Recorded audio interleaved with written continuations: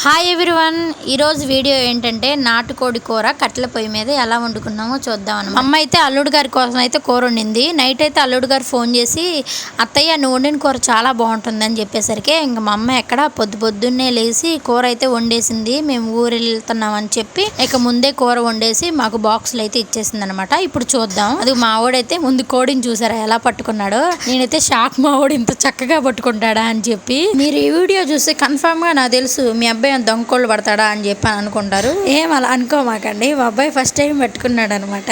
ఇక మా అమ్మ నేను వీడియో తీస్తున్నానని అన్నంగాల్ని కూడా ఇక ఆగట్లేదు అనమాట. ఇక పని ఆమె చేసేసుకుంటుందమ్మా. ఫస్ట్ ఏమేసావు చెప్పవే అంటే, సర్లే అమ్మ నీ వీడియో తీసుకో అని చెప్పి నన్ను వీడియో కూడా తీసుకొని ఇవ్వట్లేదు అనమాట. నేను ఎలాగోలా కష్టపడి తీసాను అనమాట.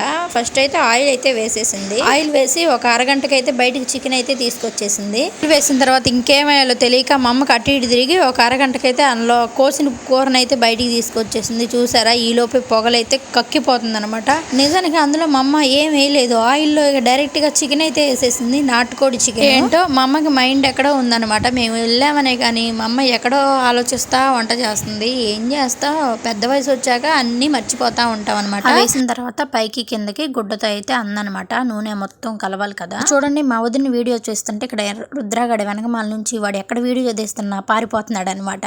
మా అమ్మ పొయ్యి దగ్గర తీసుకొచ్చుకొని ఏం పెట్టుకోలేదనమాట. తాపకొకటి అలా వెళ్ళి తీసుకొస్తుంది, రెండు వేస్తుంది, మళ్ళీ లోపల పెట్టేస్తుంది. ఉప్పు అయితే వేసింది, పసుపు వేసి మళ్ళీ పైకి కిందకి అలా ఇలా ఒక్కసారి రెండు సార్లు అలా అందే, మళ్ళీ మూత పెట్టేసింది. మళ్ళీ ఇప్పుడు ఉప్పు పసుపు లోపల పెట్టేసి తర్వాత ఏం వేయాలో అవి తీసుకొచ్చిద్ది అనమాట. అంటే కారం తీసుకొచ్చిద్ది నాకు తెలుసు. నెక్స్ట్ ఇక్కడ ఉంది ఈ పిల్లకల పిల్ల ఏందత్తనన్నది వీడియో అంటదనమాట. ఎప్పుడు వచ్చినా కూడా కారం అయితే వేసేసింది. మళ్ళీ కారం వేసి కొద్దిగా వాటర్ వేసేసి మనకు సరిపడా వాటర్ వేసుకోండి, వేసేసి మూత పెట్టుకోండి. ఉప్పు కూడా వేసుకుంది కదా మా అమ్మ ముందే. ఇక మనం ఏం వేసుకోవసరం లేదు, ముక్క దానంతట అదే ఉడికిపోద్ది పొయ్యి మీద కాబట్టి చాలా త్వరగా అయితే ఉడికిపోయింది. అది కాకుండా ఇది కూడా కొంచెం మెత్తగానే ఉంది ముక్క కూడా, అంటే ముదురుకోడి కాదు లేత కోడి కాబట్టి కొంచెం తొందరగానే ఉడికిపోయింది కూర.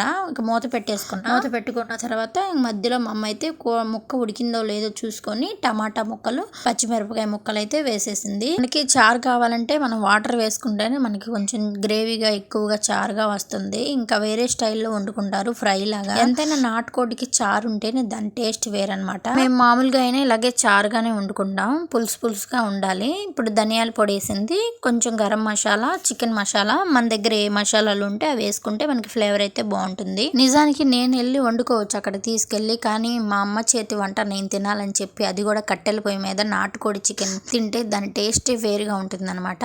అదేంటో మా అమ్మ వాళ్ళ ఇంట్లో కారం కొంచెం ఘాటుగా ఉంటుంది, ఎంతైనా గుంటూరు కారం కదా, టేస్ట్ బాగుంటుంది. అందుకని చెప్పి నేను ఇక్కడే వండించుకొని వెళ్ళాను అనమాట.